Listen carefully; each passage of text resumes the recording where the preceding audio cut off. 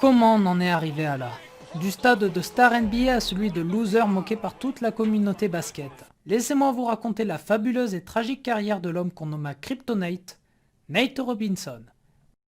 Pour espérer faire une carrière dans le basketball, beaucoup vous diront qu'il faut être grand. Même s'il est vrai que cet attribut y facilite grandement, des joueurs ont pu néanmoins fouler les parquets NBA en mesurant moins de 1m80, comme Muggsy Bogues ou le joueur qui nous intéresse aujourd'hui, Nate Robinson. Né le 31 mai 1984 à Seattle dans l'état de Washington, il fut choisi à la 21e position de la draft 2005 par les Suns. Tout de suite échangé, il partira en direction de la ville qui ne dort jamais pour porter le maillot des New York Knicks. Lors de sa saison de petit rookie, Nate arrive tant bien que mal à s'exprimer sur les parquets, avec une moyenne de plus de 9 points à 40% à 3 points, plus de 2 rebonds et 2 passes en jouant 21 minutes par match. Mais ce qui démarqua le numéro 4 des autres joueurs, c'était l'explosivité qu'il était doté, le permettant de coller des gros dunks en plein match. Ce qui lui valut de participer au Slam Dunk Contest du All-Star Game 2006, qu'il remporta haut la main, devenant le deuxième joueur le plus petit à gagner ce concours. Exploit qu'il répétera en 2009, où il se permettra de dunker par-dessus le tenant du titre 2008, Dwight Howard et ses 2m11.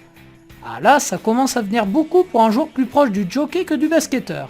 Mais résumer Nate Robinson à une simple bête de foire serait impardonnable, car en pleine saison régulière, il progresse d'année en année avec une pointe de plus de 19 points par match lors de la saison 2008-2009. Après sa troisième victoire au Slam Dunk Contest de 2010, devenant au passage le seul et unique joueur à remporter 3 fois ce fameux concours, il sera envoyé à Boston où il connaîtra les finales NBA pour l'unique fois de sa carrière, et qui se soldera par une défaite face aux Lakers de Los Angeles. Après des playoffs où les Celtics se feront éliminer par le Orlando Magic, il sera envoyé dans un nouveau trade à OKC où il ne sera pas conservé. C'est alors à San Francisco que Nate pose bagage pour remplacer le meneur des Warriors, Stephen Curry, blessé. Malgré de bonnes performances, il n'est pas conservé par l'équipe. Le choix est donc pris de rejoindre les Bulls de Chicago, profitant à nouveau de l'absence du meneur titulaire de l'équipe. Il noircira les feuilles de match et portera l'équipe jusqu'à une 5e place de la conférence Est, permettant aux Taureaux de jouer les playoffs avec comme premier adversaire les Brooklyn Nets, que Nate Robinson se fera un plaisir d'éliminer avec notamment 34 points lors du match 4.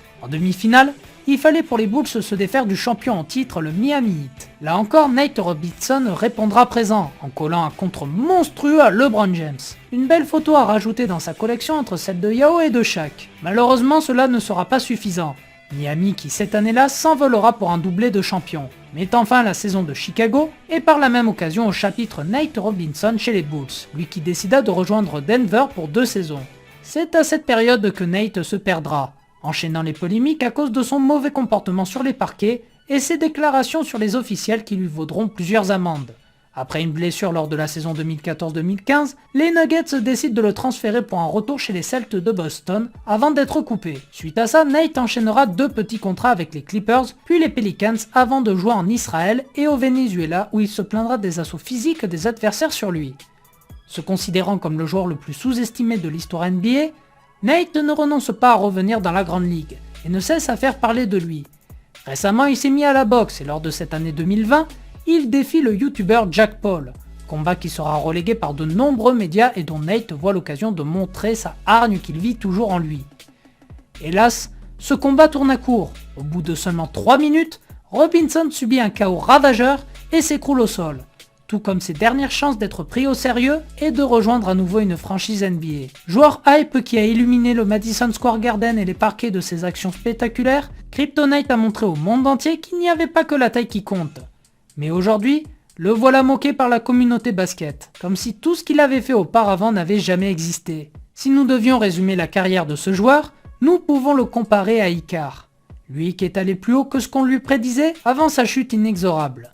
C'est peut-être là le sort réservé aux joueurs de New York.